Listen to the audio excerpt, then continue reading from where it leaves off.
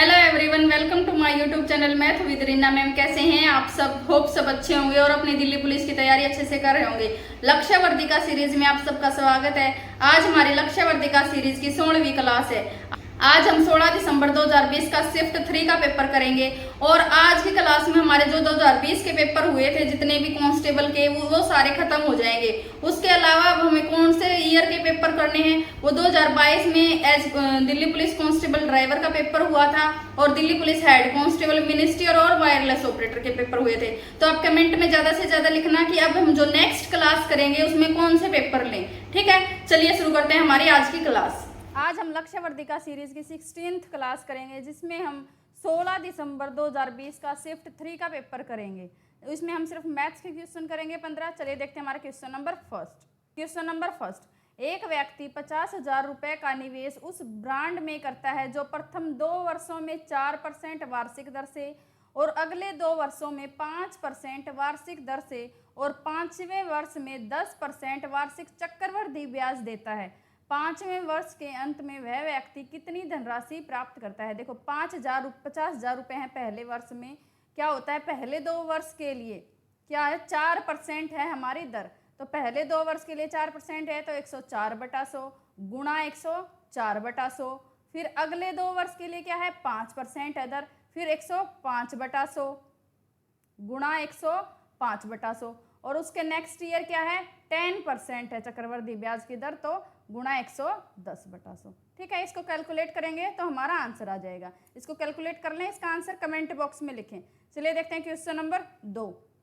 Question number 2, यदि कोई वस्तु 810 रुपये में बेचने पर 12.5% का लाभ अर्जित करती है, यदि वह वस्तु 630 रुपये में बेची जाए तो लाभ या हानि प्रतिशत कितना होगा। देखो 810 रुपये कितने परसेंट के बराबर है, 112.5% के बदले, क्योंकि वस्तु को बेचने से क्या हो रहा है, लाभ हो रहा है कितना, 12.5% का, तो 112.5%। ठीक है, निकालना कितना है हमें, 100% निकालना है, क्योंकि हमारी वस्तु तो 100% है। किसी भी वस्तु का क्रय मूल्य अपने आप का 100% होता है। पॉइंट हटाएंगे तो ऊपर एक जीरो और लगा देंगे। 25 चौके 100, 40 पे कट जाएगा। 25 चौके 100, 25 पंजे 125, 5 से काटेंगे 8 पे कट जाएगा, 5 से काटेंगे 9 पे कट जाएगा, 9 से काटेंगे 9 निम्न 81, तो 9 अट्ठे 72, 720 रुपये आगे वस्तु का क्रय मूल्य। अब वस्तु को बेचना कितने में है, 630 में, तो कितनी हानि हो रही है, 90 रुपये की, कितने पे, 720 पे गुणा 100।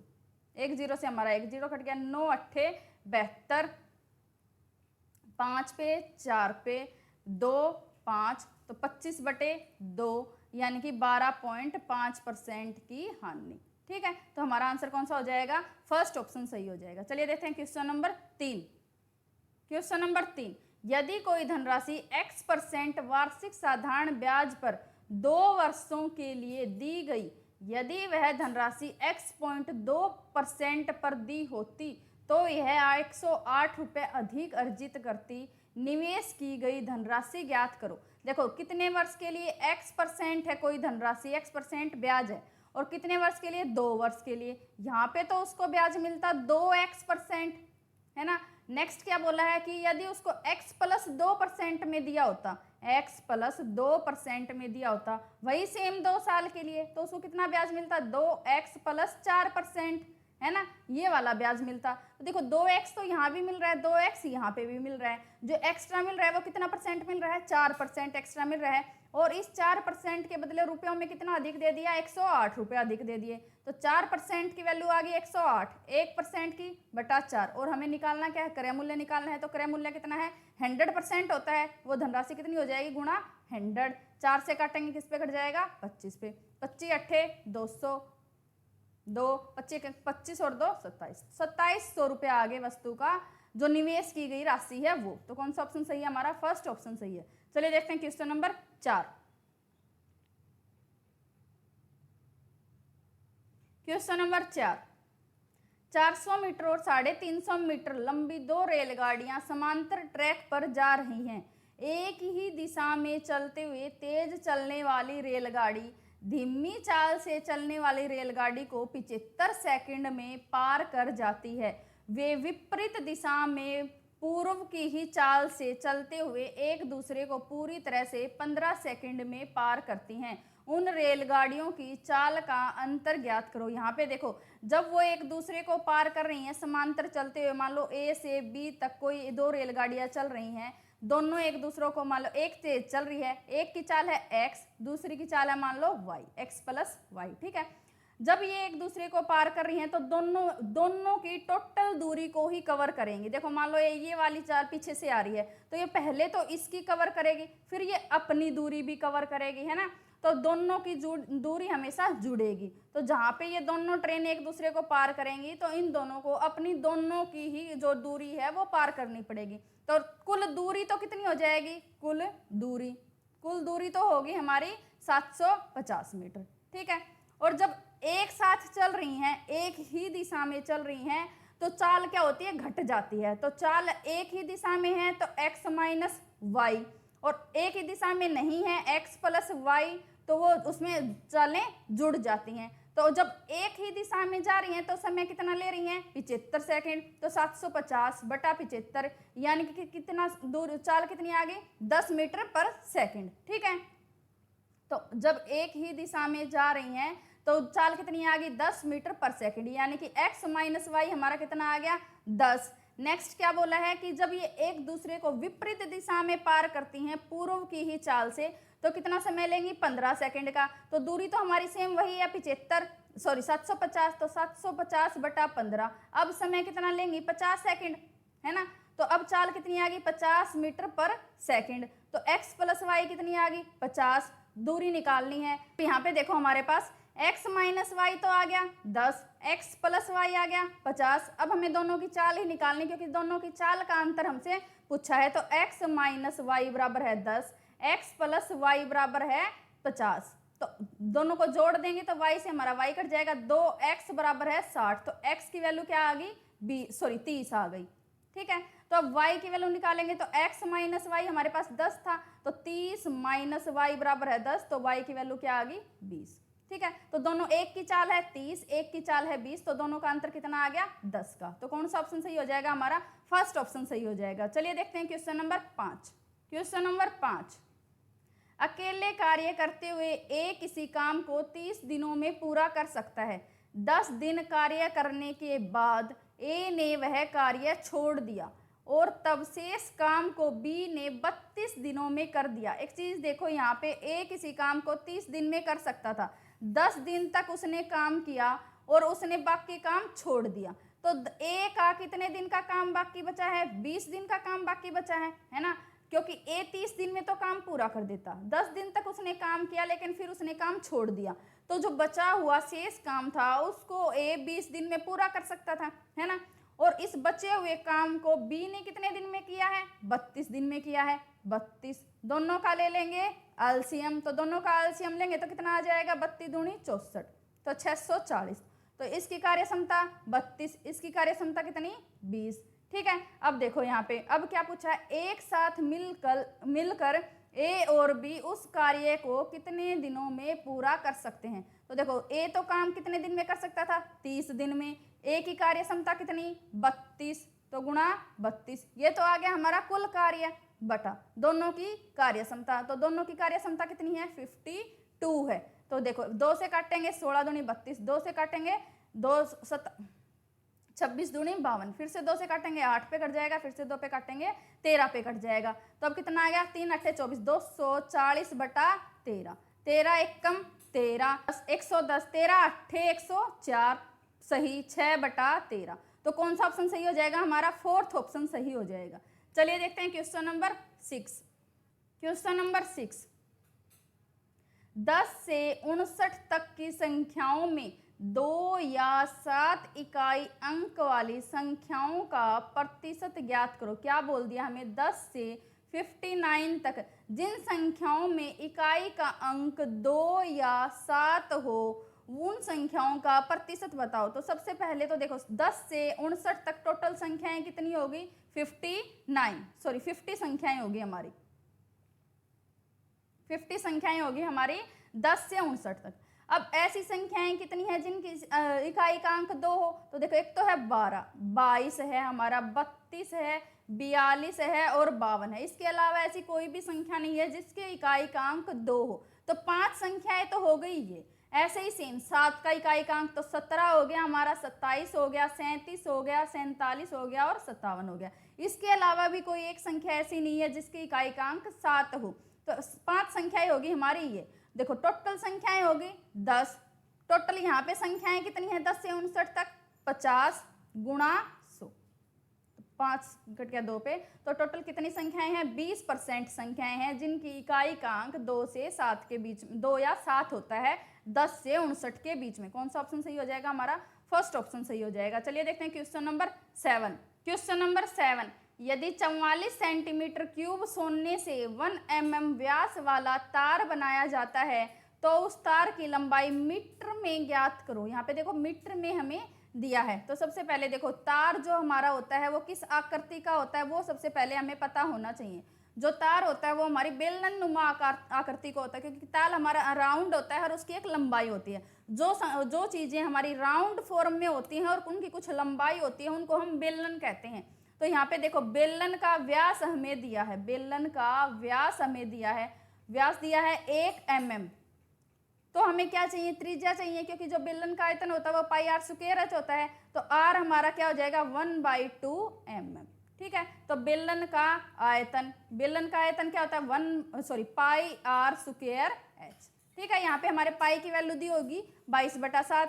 नेक्स्ट हमें क्या बोला है कि जो सोने का आयतन है वो कितना है 44 सेंटीमीटर क्यूब, और 1 सेंटीमीटर में कितने mm होते हैं 10 mm होते हैं। और यहाँ पे क्या 44 सेंटीमीटर क्यूब है तो कितनी जीरो लग जाएंगी 44,000, 3 जीरो लग जाएंगे। ठीक है, अगर सिर्फ 1 सेंटीमीटर होता है तो 1 जीरो लगा देते हैं। यहाँ पे कितना है सेंटीमीटर क्यूब है तो 3 जीरो लग जाएंगी।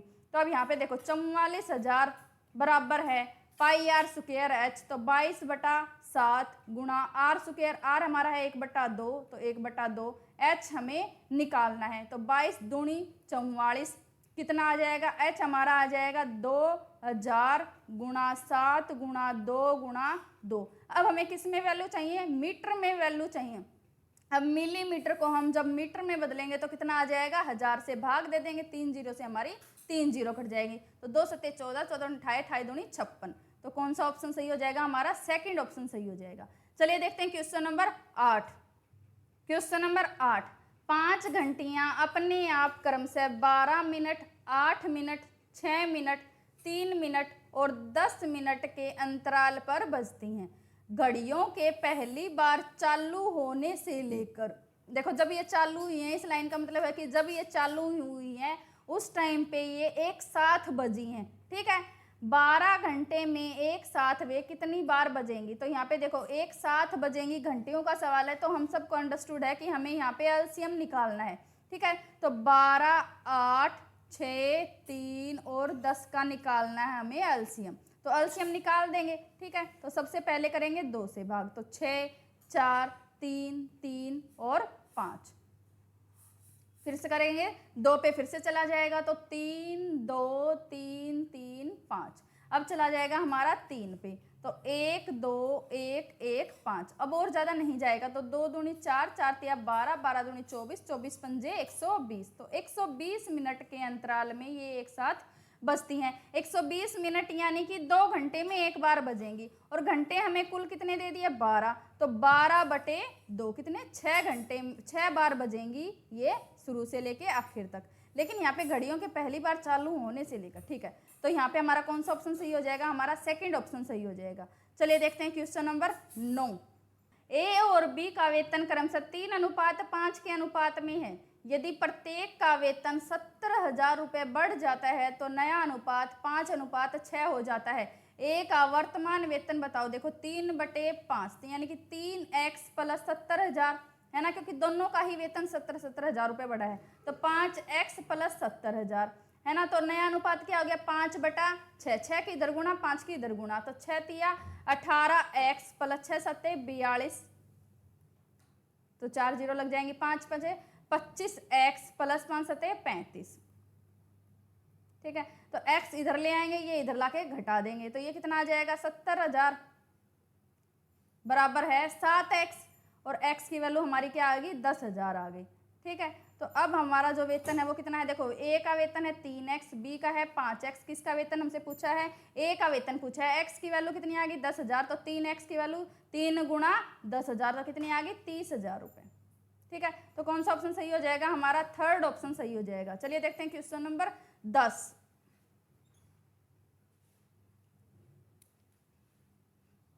क्वेश्चन नंबर 10, एक परीक्षा में एक छात्र के प्रति प्रश्न पत्र औसत प्राप्तांक 67 है। देखो उसका जितने भी एग्जाम हुए उसमें सबका औसत उसका कितना है 67 अंक है। अब क्या बोला, यदि वह भूगोल में 21 अंक अधिक प्राप्त करता और इतिहास के प्रश्न पत्र में 7 अंक कम प्राप्त करता यानी कि कम होते तो कितने 14 अंक, इसका टोटल कितने ज्यादा अंक होते, एक में 21 ज्यादा प्राप्त करता तो प्लस के हो गए और एक में 7 अंक कम प्राप्त करता तो माइनस के हो गए। तो टोटल जो रिजल्ट आया ओवरऑल कितना कि 14 अंक अगर वो अधिक प्राप्त करता तो उसका औसत प्राप्तांक 69 होता। तो देखो औसत प्राप्तांक 67 से 69 हो गया, कितना बढ़ गया 2 बढ़ गया, कितने अंकों की वजह से 14 अंकों की वजह से, 14 की वजह से 2 प्राप्तांक बढ़ा यानी कि सब्जेक्ट कुल कितने हैं 7 हैं। और यही हमसे पूछा है परीक्षा में कितने प्रश्न पत्र थे, तो 7 थे। सेकंड ऑप्शन हमारा सही हो जाएगा। चलिए देखते हैं क्वेश्चन नंबर 11।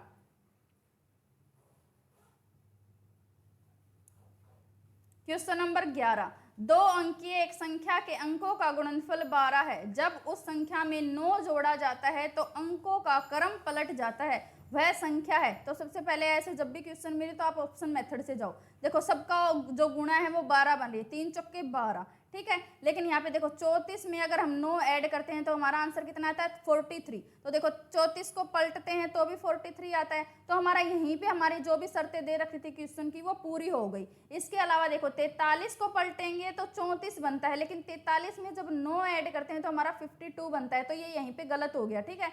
ऐसे ही सेम 62 को भी जब पलटेंगे तो 26 बनता है और 62 में 9 ऐड करेंगे तो 71 बनता है। तो कौन सा भी ऑप्शन हमारा लागू नहीं हो रहा, सिर्फ एक ऑप्शन हो रहा है, वो कितना है 34। तो कौन सा ऑप्शन सही हो जाएगा, हमारा फर्स्ट ऑप्शन सही हो जाएगा। चलिए देखते हैं क्वेश्चन नंबर 12। एक वर्ग की भुजा मापने में 5% अधिक त्रुटि हो गई, यानी कि जब वर्ग की भुजा मान लो 100% थी उसको क्या लिख दिया गया 105% लिख दिया गया। उस वर्ग के क्षेत्रफल में त्रुटि क्या है, तो वर्ग का क्षेत्रफल होता है हमारा a स्क्वायर, तो 105% गुणा 105 है ना, 1% हटाएंगे तो बटे 100 लिख देते हैं, ठीक है। 21/20, 21/4, तो 21 का 441 बटे 4, 4 एकम 4, 4 एकम 4, 0 सही 1/4, तो 10 सही 1/4% उसको अधिक लिख दिया गया, यानी कि 10.25 जो उसमें त्रुटि हुई वो कितनी हुई है 10.25% की, ठीक है। तो हमारा ऑप्शन कौन सा सही हो गया, हमारा पहला ही ऑप्शन सही हो गया। चलिए देखते हैं question number 13। Question number 13, A B से 48% अधिक है, सी ए और बी के योग से 60% अधिक है। यहाँ पे देखो ए बी और सी, ए बी से 48% अधिक है, तो मान लो बी अगर 100% है तो ए कितना है 148%, क्योंकि यहाँ पे ए बी से 48% अधिक है और सी ए और बी के योग से 60% अधिक है, तो दोनों का योग कितना 248, ठीक है। इसके से 60% अधिक यानी कि 160%, तो 0 से हमारा कट गया 0, तो कितना आ गया 5 8 8 8 64 6 8 चौके 32 और 6 38 3 8 दूनी 16 और 3 19/5, 5 तिया 15, 5 निम्मे 45, 5 छिक्के 30.8, 396.5 है हमारा सी, ठीक है। क्योंकि यहाँ पे क्या दिया है इन दोनों के जोड़ से 60% अधिक है। ए सी से कितना परसेंट कम है, तो ए की वैल्यू तो होगी 148, सी की वैल्यू होगी 396.8, तो कितना कम है ये, इससे कर लेंगे 396.8 148 से कितना कम है, तो 8 8 4 148.8 है, 148.8 396.8 से कितना कम है। जब हम इसको कैलकुलेट करेंगे तो हमारा आंसर आ जाएगा। इसको कैलकुलेट कर लेना और इसका आंसर कमेंट बॉक्स में लिखना। चलिए देखते हैं क्वेश्चन नंबर 14। क्वेश्चन नंबर 14, एक दवा भंडार अपनी दवाओं पर 18% की छूट देता है। वह कम हुई कीमत पर और 3% की छूट उन ग्राहकों को देता है जो ऑनलाइन वॉलेट से भुगतान करते हैं। यदि कोई ग्राहक 1200 रुपये कीमत वाली दवाएं खरीदता है और ऑनलाइन वॉलेट से भुगतान करता है, देखो 1200 रुपये की उसने दवाई खरीदी, उसको 18% की छूट तो सभी ग्राहकों को मिल रही है, तो वो उसको भी मिलेगी। तो वस्तु उसको कितने में मिली? 82 पर डे 100 में, क्योंकि उसको 18% की छूट मिली है।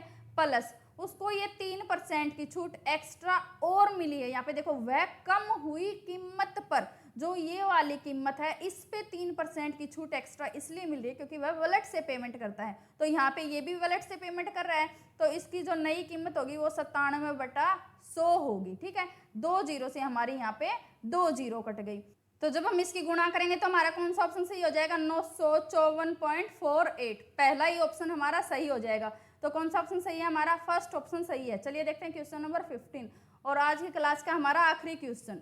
ये हमारा आ गया सिंप्लीफिकेशन का सवाल। ठीक है, क्वेश्चन नंबर 15, 3 सही 2/3। सबसे पहले तो हमारा काम होगा सबको सिंपल भिन्न में बदलना। 3 तिया 9 और 2 11/3 प्लस 12 छिक्के 72 प्लस 7 79/12 प्लस 36 चौके 144 प्लस 9 153/36 प्लस 12 सत्ते, देखो 12 छिके 72 12 सत्ते 84 और 1 85/12। तो सबसे पहले क्या करेंगे? सबका लेंगे एलसीएम, तो सबका एलसीएम क्या हो जाएगा? 36 हो जाएगा।